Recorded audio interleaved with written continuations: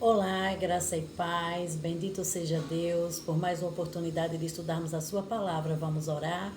Bondoso Deus e Pai, nos acompanha agora no estudo da tua palavra e que o teu santo e bom Espírito seja o nosso instrutor, em nome de Jesus. Queridos, hoje começamos um novo tema, estudando o livro Lar Adventista, já o capítulo 58, bendito seja Deus, não é? E o nosso verso de hoje está lá em Salmos 23, versículo 1, que diz assim: O Senhor é meu pastor e nada me faltará. Diz que esse texto deveria ser dito: O Senhor é meu pastor e de nada eu tenho falta, né? E como nós iremos falar sobre a família do pastor, nós sabemos que o pastor é alguém que Deus deixou aqui para ser um exemplo também, não é? Contemplar a Cristo e ser um exemplo para os seus liderados. Então, olha bem, a vida do pastor no lar deve ser exemplo. Olha bem. E é o desígnio de Deus que, em sua vida doméstica, o mestre da Bíblia seja um exemplo das verdades que ensina.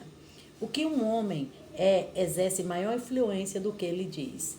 Então, esse negócio que faça o que eu digo, mas não faça o que eu faço, não funciona na vida de um cristão, porque nós educamos os filhos muito mais pelo exemplo do que pelas palavras, não é? A paciência, a coerência e o amor impressionarão os corações de maneira que podem, os sermãos não podem conseguir.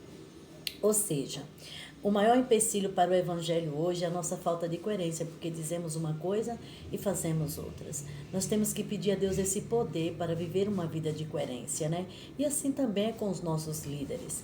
Se devidamente conduzida a educação dos filhos do pastor, ilustra as lições que ele dá no púlpito.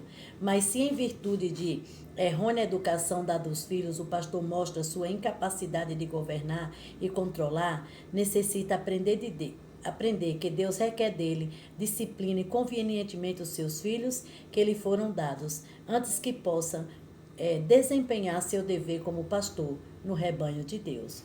Porque a própria palavra de Deus diz que aquele que não dirige bem a sua casa não pode ser um dirigente da casa de Deus, não é verdade? Agora olha bem, os deveres do pastor jazem em torno dele, próximos e distantes, mas seu primeiro dever é para com seus filhos. Ele não se deve absolver tanto com os deveres exteriores que negligencie as instruções que seus filhos necessitam. Ou seja, nosso primeiro ministério é o nosso lar, né? Talvez considere os deveres do lar como de menor importância. Em realidade, porém, esses deveres se encontram na própria base do bem-estar dos indivíduos e da sociedade. A felicidade de homens e mulheres e o êxito da igreja depende em grande parte das influências domésticas. Vamos orar para que Deus nos abençoe. Bondoso Deus e Pai, nos dê graça para cumprir o teu propósito dentro da nossa casa. São as bênçãos que nós pedimos e agradecemos por Jesus. Amém.